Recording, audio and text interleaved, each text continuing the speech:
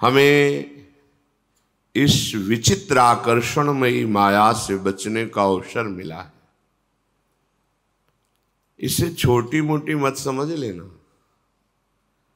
भगवान के वचन है, मम माया दुरत्यया। ऐसी दुरत्य है कि केवल भगवान की शरण ही तुम्हें बचा सकती, बस दूसरा कोई उपाय ही नहीं है। जितना उपाय है वो सब मायाकृत ही है, हम समझ नहीं पाते। हमारा अंतःकरण माया में, इंद्रियां माया में, शरीर माया में, हम फंसे इसी जाल में हैं। इंद्रियों के विषय की इतनी महत्ता मन में बैठी है और मन की तन्मयता इतनी अपने स्वीकार किए हुए है कि किसी भी कोने में ना श्री जी का स्थान है, ना प्रभु का स्थान है, ना धर्म का स्थान है। पूरा का पूरा अंतःकरण विषय ने अधिकार कर लिया है। अब जब तक हम सत्संग का हृदय में मनन करके और विधि निषेध का पालन नहीं करेंगे, तब तक हृदय में भरा ही रहेगा। जहां अवसर आएगा वो परास्त कर देगा। इसलिए रोज सत्संग जो हमें ऐसी पावन भूमि में बैठकर सुनने को मिलता है, उस पर महत्व हो जाए कि हमारे ऊपर बड़ी कृपा है। जब द्रवहि दीन दयालु राघो तो साधु संगति पाई है। पर ये विषय इतना प्रबल है, अगर आपने इंद्रियों के सुख की प्रधानता कर ली तो फिर ऊसर बीज बये फल जथा, वृथा, बेकार हो गया।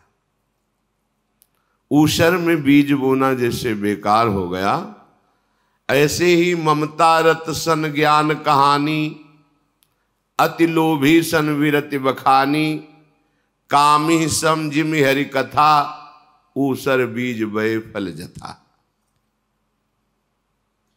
संसार में आसक्त है उसे ज्ञान की बातें सुनाओ, जो अत्यंत लोभी धन में आसक्त है उसे वैराग्य की बातें सुनाओ, जो कामी पुरुष है उसे भगवान की चर्चा, भगवान की रूप माधुरी, लीला माधुरी, धाम नाम सब कह रहे व्यर्थ हो जाता है। ऊषर में जैसे बीज बोना व्यर्थ हो जाता है, ऐसे ही ये सब व्यर्थ हो जाता है। 10 वर्ष का सत्संग और इंद्रिय भोग की प्रीता हृदय में छुपाए रखना, वो 1 मिनट के कुसंग से नष्ट हो जाएगा। इंद्रिय भोग की प्रीता यदि आपने ऑपरेशन करके हृदय से निकाला नहीं तो ये नसूर है, ऐसा नासूर अंदर ही अंदर ये गंदगी फैलाता रहेगा। सत्संग में कई बार चर्चा प्राय यही होती है, आप मन नहीं हैं, आप इंद्रिय नहीं हैं, इंद्रियों के भोग आपके नहीं हैं। पर जब आप बार बार वही मांगते हैं, वही भोग, तो भगवान छोड़ देते हैं। इस संसार रूपी बगीचे में देख लो, शब्द स्पर्श रूप रस गंध भोग के देख लो। फिर जब त्राहिमाम करोगे फिर रास्ता खुला है। समय बर्बाद करना, अंतःकरण मलिन करना और अपने को दुर्गति में फंसा लेना, पर समझ कहां आती है? वही विषय भोग दृष्टि में आ रहे हैं, वही नाना प्रकार की वासनाएं हमारे हृदय में कूद रही हैं। सीधा उपाय है वासना नष्ट करने का, नाम जप करो, वाणी जी का गायन करो, भगवत चर्चा सुनो, बार बार सुनो, हृदय में उसका मनन करो, खाली हृदय बिल्कुल मत रखो, श्री जी की सेवा में लगो। देखो कहां तुम्हें कौन परेशान करता है। ये हम अपने जीवन का अनुभव कहते हैं। काम आदि की स्फुरणा होती है, वो भी जब तक भगवत साक्षात्कार नहीं हो जाता। स्फुरना ऐसे खत्म।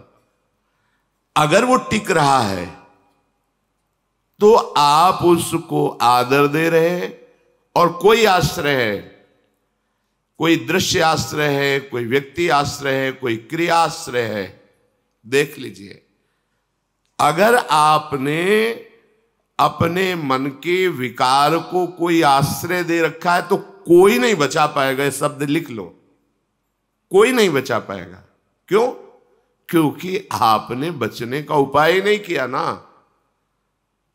आपने तो बचाव पक्ष को ठुकरा दिया और अपने मन पक्ष को स्वीकार कर लिया।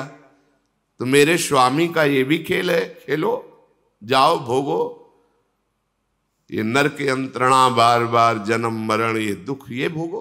तुम्हारी राजी है, तुम्हें मनुष्य शरीर मिला है, तुम्हें स्वतंत्र कर दिया है, जो चाहो कर्म करो, चाहे परम पद का कर्म करो या नरक का कर्म करो, तुम्हारे लिए स्वतंत्रता दे दी भगवान ने।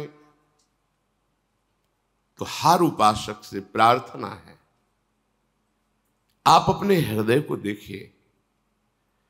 हृदय में विषय का स्फुरण होना ये कोई खास बात नहीं है, ये बड़ी ऊंचाई तक स्फुरण होता है। आप लोग अभी उस ऊंचाई को नहीं देखा है। स्फुरण ऊंचाई तक होता है जब तक तत्वबोध, आत्म साक्षात्कार या भगवत प्राप्ति नहीं हो जाती, तब तक स्फुरण होता है। स्फुरण अगर हम उसके चिंतन में लग गए तो संकल्प रूप धारण करता है। अगर संकल्प बन गया तो संबंध और क्रिया हो जाती है। संबंध और क्रिया हुआ तो पूरा अंतःकरण मलिन हो गया। इसे आप समझ ही नहीं पा रहे। आप मनोरंजन, इंद्रियजन्य विलासिता के इस जाल को नहीं देख पा रहे। पक्षी दाना देखता है, जाल नहीं देखता है।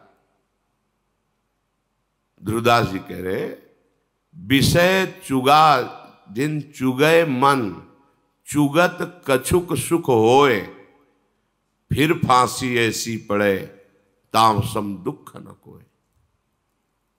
मान लीजिए आपको केवल विषय सुख दिखाई दे रहा है, लेकिन वो दाना डाला गया है आपके लिए। जाल में फंसोगे, बहेलिया मार देगा तुम्हें।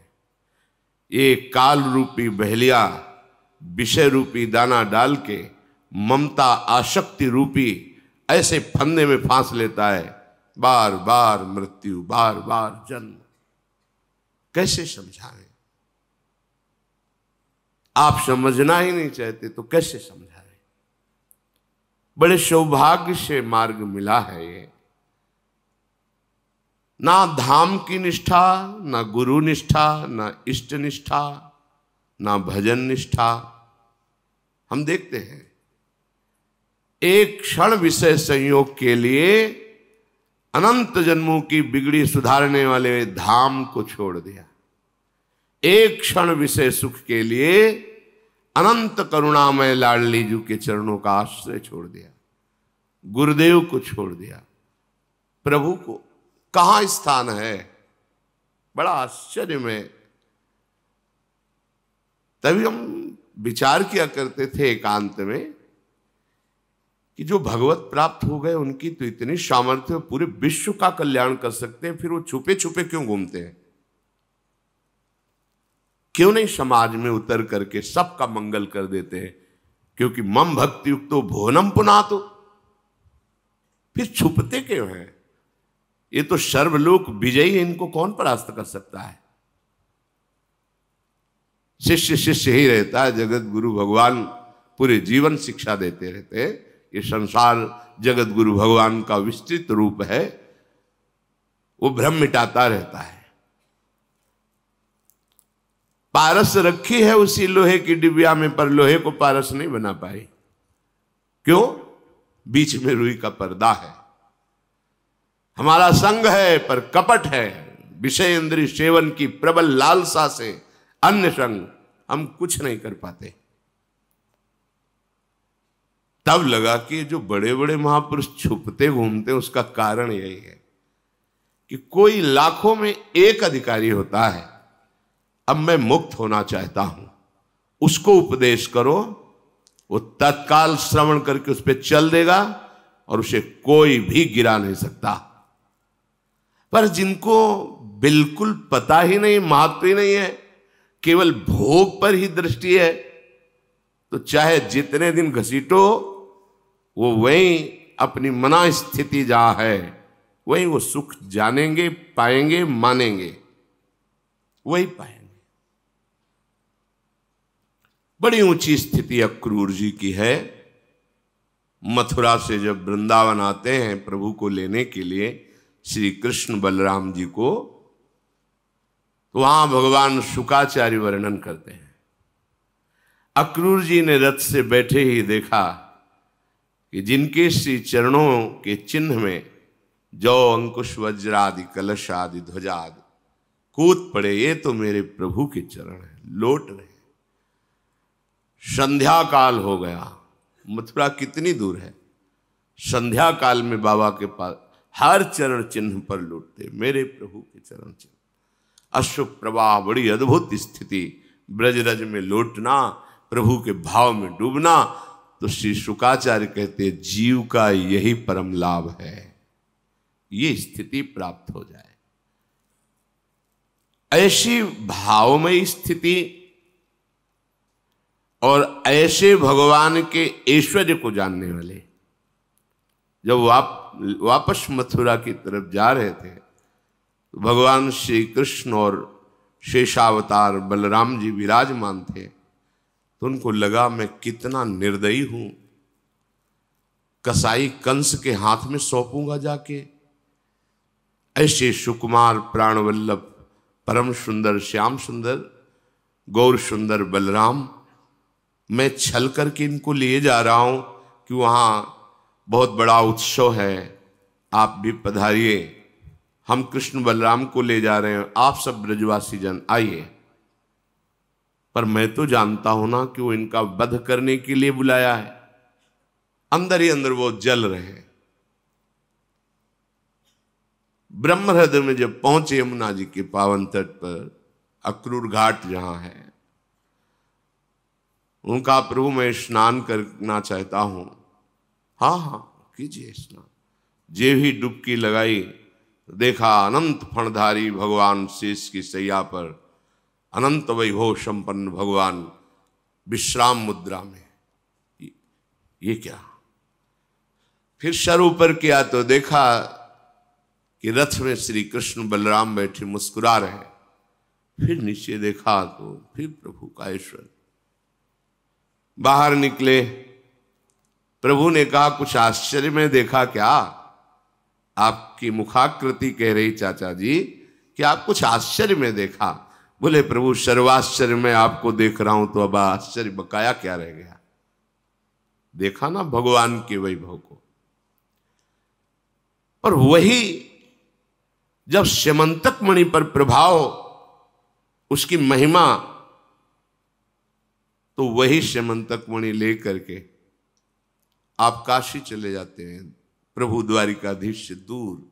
यद्यप वहां धार्मिक कार्य ही करते हैं, यज्ञ आदि करते हैं, वो भी भगवान की आराधना आराध्य देव से दूर रहकर भगवान ने बलराम जी और सत्यभामा के भाव को पुष्ट करने के लिए बुलाया और कहा चाचा जी मुझे पता है आपके पास स्यमंतक मणि है और आप उसी के प्रभाव से प्राप्त ऐश्वर्य से बड़ी बड़ी यज्ञ कर रहे हैं, मुझे चाहिए नहीं, पर आप दिखा दीजिए सत्यभामा और बलराम जी को, तो उनको विश्वास हो जाएगा। नहीं दिखा रहे थे। हमें पता है आपके पास कपड़े में लिपेटी हुई रखी है, आप दिखा दीजिए। फिर दिखाया, हाँ आप अपने पास रखिए। इस चरित्र से हमें शिक्षा मिली। इंद्र नीलमणि प्रभु श्याम सुंदर और गौर सुंदर बलराम जी, इन महाप्रभुओं के वैभव को जानने पर भी स्यमंतक मणि का महत्व बना रहा। इसका मतलब मम माया दुरत्या, है।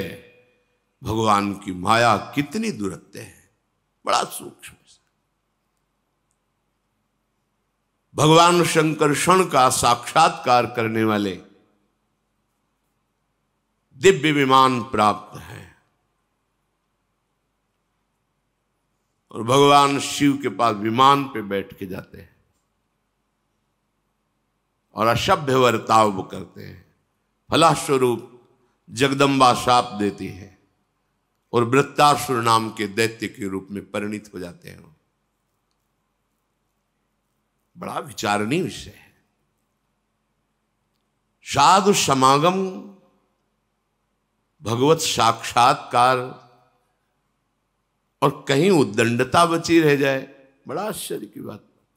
नारद जी जैसे महापुरुष का उपदेश, भगवान शंकरषण, उनका साक्षात्कार और भगवान शिव के प्रति अभद्र व्यवहार, ये शास्त्र के जो इतिहास है, जो चरित्र है, उनसे शिक्षा ग्रहण करने के लिए ही तो कथन श्रवण होता है। अहम, अगर अहम बकाया रह गया तो बात बनती नहीं। जहां ऐसी उत्तम स्थिति, वहां वृत्तासुर के रूप में जन्म ले रहे, भजन का नाश नहीं होता। अंतिम समय में भगवान से प्रार्थना कर रहे हैं कि मेरी ये जो गति हुई उसका कारण है कि मैं बराबर साधु संग नहीं करता रहा, इसलिए हे हरे, आपके दासों के दास की दासता मुझे प्राप्त हो, बस यही मुझे प्रदान कीजिए।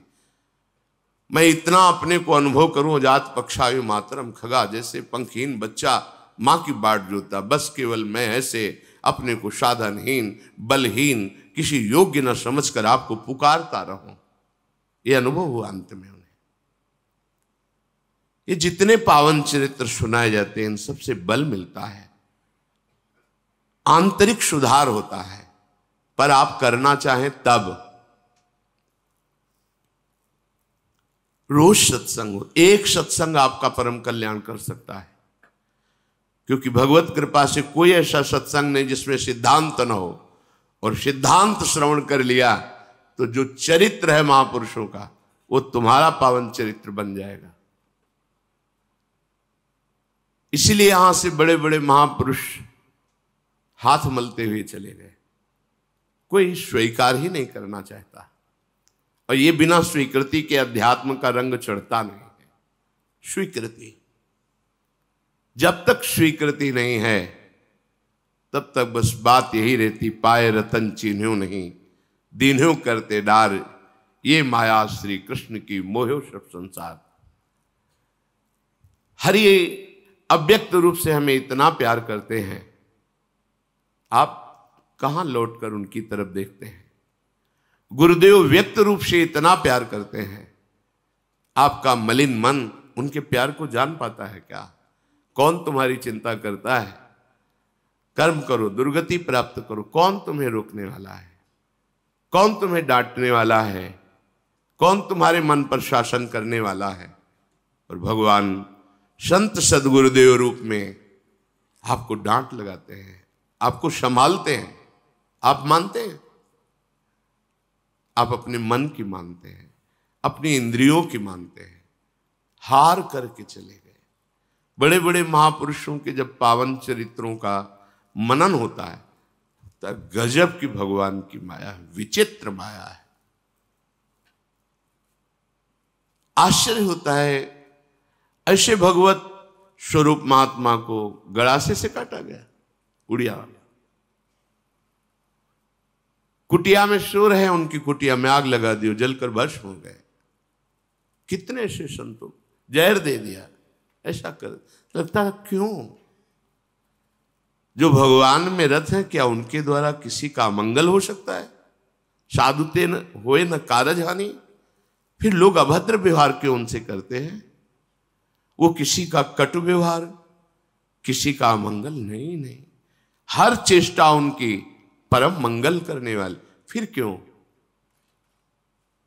संतों को बंधन, संतों को दंड, संतों को प्रहार, अपमान क्यों मिलता है? जो भगवत आनंद प्रदान करने के लिए अपने जीवन को समर्पित किए हैं, ऐसा क्यों होता है? हरि तेरी गति लख न परे। अगर वो परम कृपालु हैं तो उन्हीं का ये रचा हुआ इंद्रजाल है। दोनों पक्ष जोरदार हैं। मम माया दुरत्या तो ममैवांशो, दोनों प्रभु के हैं। अब बात मान लो संत सदगुरुदेव की तो पछताना नहीं पड़ेगा। नहीं, आगे समय आ रहा है, तुम्हारा मन तुम्हारे हाथ में नहीं होगा और तुम्हें परमार्थ का कोई साथ देने वाला नहीं मिलेगा। विश्वास कर ली, ये बहुत हृदय की बात कह रहा हूं कि जितनी श्वासें हैं, जितने को लाभ मिल जाए मिल जाए। अगर वो 10 बार भी राधा राधा कहता है तो हमारा जीवन सार्थक हो जाएगा। अगर वो व्यसन छोड़ देता है, भगवत मार्ग में चलता है, तो मानेंगे कि हमारा मनुष्य जन्म और साधु वेश धारण करना सार्थक हो गया। ये उद्देश्य है। इंद्रियों को, मन को बस में करके परब्रह्म में लगा के कुछ भी किया जा सकता है, पर वो अपने में किया जा सकता है। जब आप साथ ही नहीं देंगे, अपनी इंद्रिय, अपने मन, अपने विचार, अपनी भावना हमारी भावना के अधीन नहीं करेंगे, तब तक कैसे चल सकता है? असमर्थ हो जाते हैं। इसीलिए भगवान का भी अवतार हुआ, आचार्यों का अवतार हुआ, बड़े बड़े सिद्ध पुरुषों का अवतार हुआ, पर हम जैसे नीच प्राणियों का कल्याण नहीं हो पाया। क्यों? मनमानी नहीं छोड़ पाए। बात बस इतनी है, मनमानी नहीं छोड़ पाए। ये महापुरुष तो आए ही संसार में और हैं भी। ये जगत खाली नहीं रह सकता। हाँ, एक समय आएगा जब नहीं होगा, तो कलिकाल का घोर स्वरूप होगा, जब महान अत्याचार होगा। अभी ऐसा नहीं कह सकते कि हमारी पृथ्वी भगवत प्रेमियों से शून्य, ऐसा नहीं है। अभी है, उन्हीं के बल से चल पा रहे हैं, नहीं तो लड़खड़ा के गिर जाए। आप सबसे प्रार्थना है, जो भी सत्संग सुन रहे हैं, आप भाग्यशाली हैं। बड़े भाग पाइप सत्संगा, बहुत भाग्य प्रकट होते हैं तभी सत्संग मिलता है। बिल्कुल बात हृदय में बैठा लेना। अगर आप बात से उधर हुए, जरा भी रेखा क्रॉस की, फिर आपको कोई नहीं बचा पाएगा। ये हम देख रहे हैं, समझ रहे हैं, इतिहास में भी, प्रगट में भी। लक्ष्मण जी ने सियाजू के चरण की तरफ देखकर कहा था, इस रेखा को पार मत करना। किसी की सामर्थ्य नहीं है कि इस रेखा को क्रॉस करके आपका कहीं भी अमंगल कर सके। बस मेरी प्रार्थना है कि मैं जब तक रघुनाथ जी के साथ वापस ना आ जाऊं, इस रेखा को मत पार करना। अब रेखा से पार कराने वाला भी साधारण बुद्धि नहीं रखता, वो भी माया से प्रभावित, बड़ी प्रवीणता में माया अपना काम कराती है। उसने साधु वेश रखा, भिक्षाम दे। अब अतिथि धर्म लागू होता है।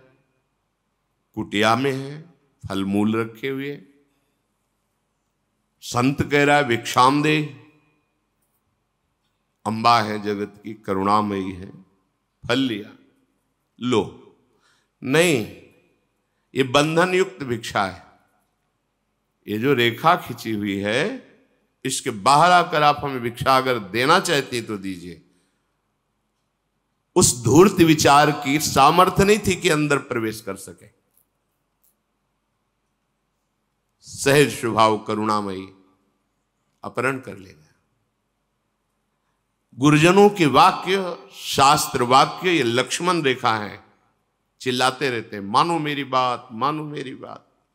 वो इसलिए नहीं कि हम बहुत बड़े गुरु हैं, बहुत बड़े सिद्ध हैं, नहीं, संतों की जूठन खाई है, बात समझा है, मानो।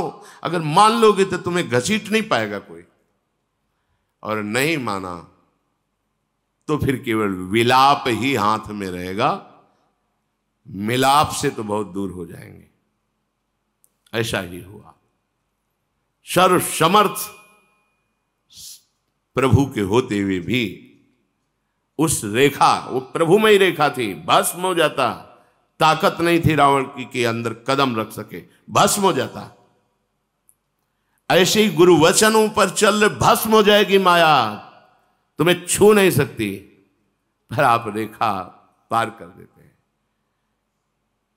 ये दृढ़ निष्ठा होनी चाहिए कि अगर गुरु ने रेखा खींच दी, वचन बोल दिया है, तो भगवान भी कहेंगे, तो जब तक गुरु आज्ञा नहीं करेंगे हम ये बात उनका अनादर करके उल्लंघन नहीं करेंगे। जीत गए। जहां हम मनमाने आचरण करते हैं, आज्ञा उल्लंघन करते हैं, निश्चित समझ लो आप में सामर्थ्य नहीं कि एक कदम परमार्थ चल सके। ये परमार्थ है। हम कितना भी नीचे उतर करके आपको उठाना चाहें, आप नहीं उठ पाएंगे। आपका हृदय जहां अवहेलना की, तो ऐसे विरुद्ध आचरणों में युक्त हो जाएगा। हमारी पकड़, हमारी दृष्टि बहुत दूर हो जाएगी आपसे, पास रहते हुए भी। इसलिए प्रार्थना है, आप अभागी नहीं हो, आप भाग्यवानों की पंक्ति में हो। जिन भोगों को संसार के भ्रमित जीव भोग कर गर्व कर रहे हैं, उन भोगों से प्रभु ने तुम्हें बचा लिया है। अब उनकी तरफ मत झांको, हृदय में विश्वास करो तो इसी जन्म में हमारा काम बन जाएगा। नहीं, जन्मना मरना ये अविनाशी शरीर नहीं। अभी तो तुम जवान हो, स्वस्थ हो, तुम्हें प्रमाद घेर रहा है।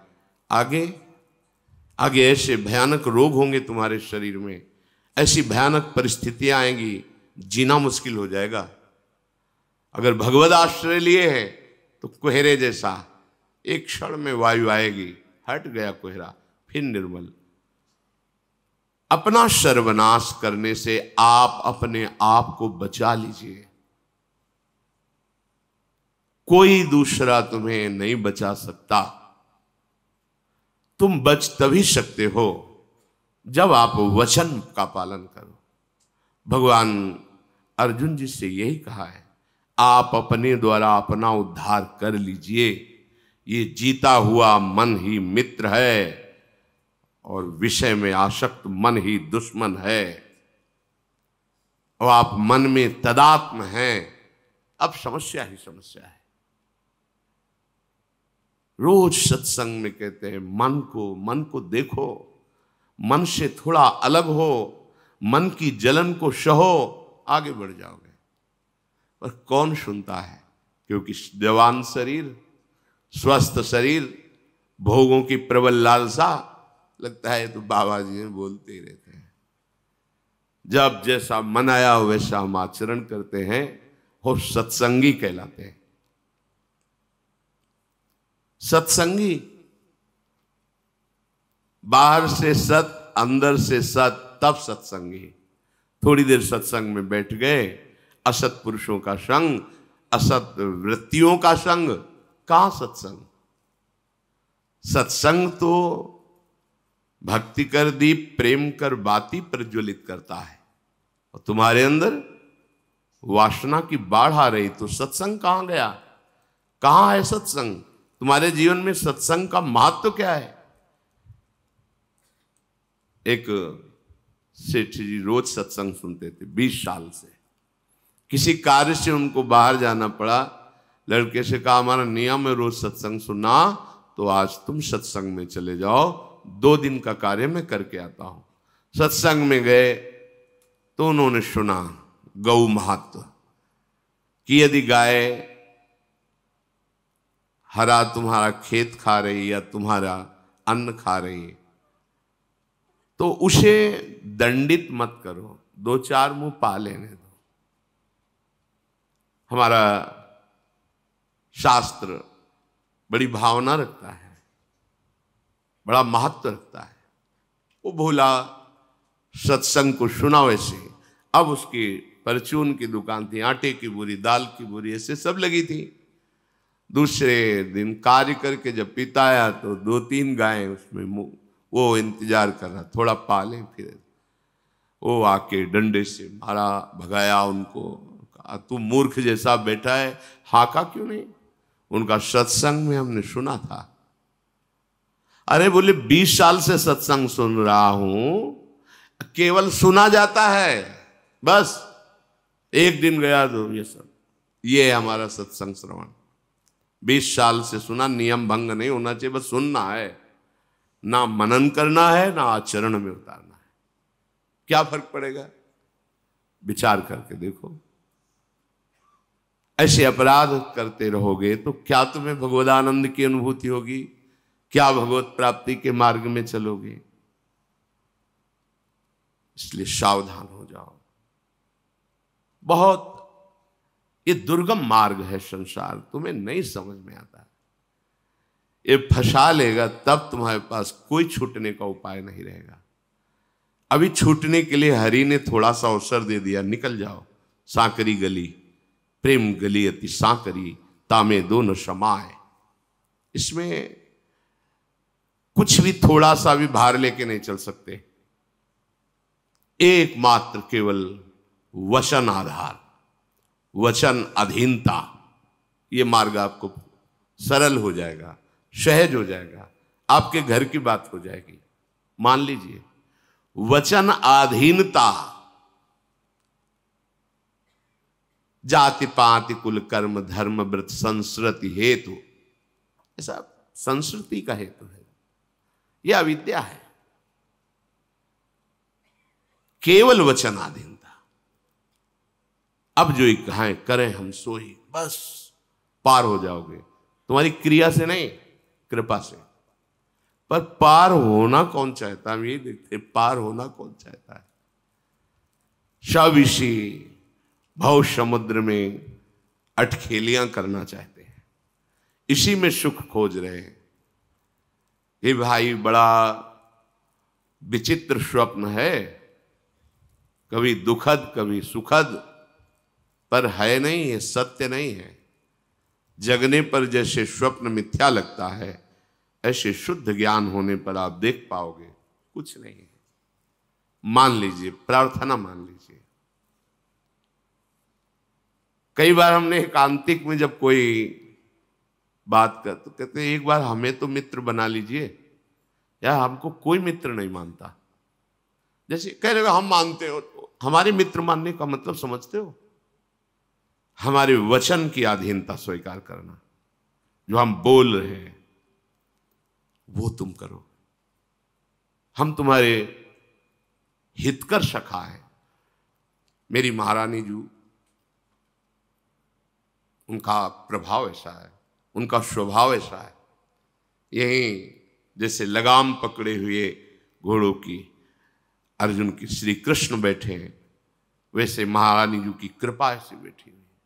अमंगल हो सकता है? कदापि नहीं। मंगल के लिए तुम्हें अवसर मिला है, चाहे दोष दर्शन कर लो, निंदा कर लो, अपमान कर लो, या अपना काम बना लो। बाद में मूर्ति बना के अगरबत्ती लगाने से कुछ नहीं होगा। बाद में चरित्र पढ़कर वो थे ऐसे थे, कुछ नहीं होगा। वर्तमान में है, वचन मान लो, खुली बात कह रहे हैं, श्री जी मिल जाएंगे। वचन की लक्ष्मण रेखा को पार मत करो, परम कल्याण हो जाएगा। मान लो मेरी बात। यदि आप इस बात को स्वीकार कर ले तो सच्ची मानो, कोई माया नहीं, कोई आकर्षण नहीं, कोई आपको परास्त नहीं कर सकता। जब आप आज्ञा उल्लंघन करके किसी व्यक्ति से, किसी क्रिया से, किसी पदार्थ से अपना संबंध मान लेते हैं और अवज्ञा कर देते हैं, तो वही ठूंठ का भूत खड़ा हो जाता है और फिर तुम्हारा भय, विषाद, शोक, हर्ष, जन्म, मृत्यु, ये भ्रम शुरू हो जाता है। कैसे तुम्हें समझाएं? ये अध्यात्म हृदय का विषय होता है। जब तक तुम आज्ञा स्वीकार करके इस जलन को सहकर आगे नहीं बढ़ोगे, तब तक कोई भी महापुरुष कुछ भी नहीं कर सकता। अगर किसी के ऊपर ऐसा कुछ प्रकट होता है तो वो जल करके उनकी आज्ञा पर चला है। पढ़ लेना चरित्र किसी का, उनकी अधीनता, उनकी वचन के अनुसार अपने जीवन को जला के राख कर दिया, फिर वहां सब कुछ प्रकाशित हो जाता है। संकल्प जाकर वापस लौट आता है। जो वचन का पालन नहीं करता तो उनकी करुणा से वो संकल्प जाता है, वो कृपा जाती है, वापस हो जाती है। वचन के अनुसार चल रहे हो तो हम आपको अपने जीवन की बात कह रहे हैं। कोई समझाने वाला नहीं था हमें प्रभु के सिवा, कोई समझाने वाला नहीं था। ऐसी विपत्तियां कि तुम सोच भी नहीं सकते। भयंकर वर्षा हो रही, सर्दी का समय है, एक भी वस्त्र नहीं, शरीर कांप रहा है, नगर में जा नहीं सकते, जवान शरीर है कि हम किसी घर में जाके कह दे कि आज मुझे रख लो।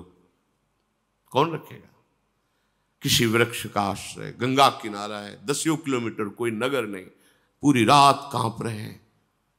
पर कभी मन में ये थोड़ी आया कि चलो घर चलते हैं, यार बहुत हो गया, अब थोड़ा चैन से जिए।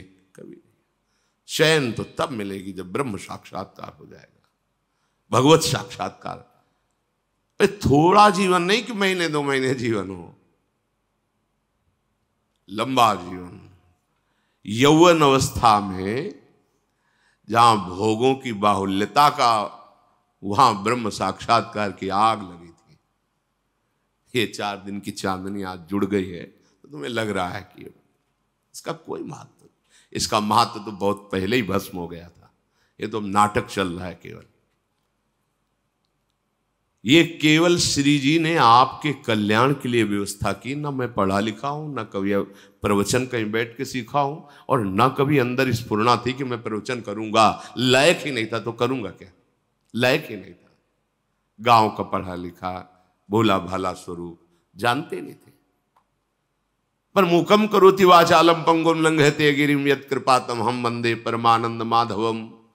वो माधव गूंगे से भी वेद बुलवा दे, उन्हीं का प्रभाव है।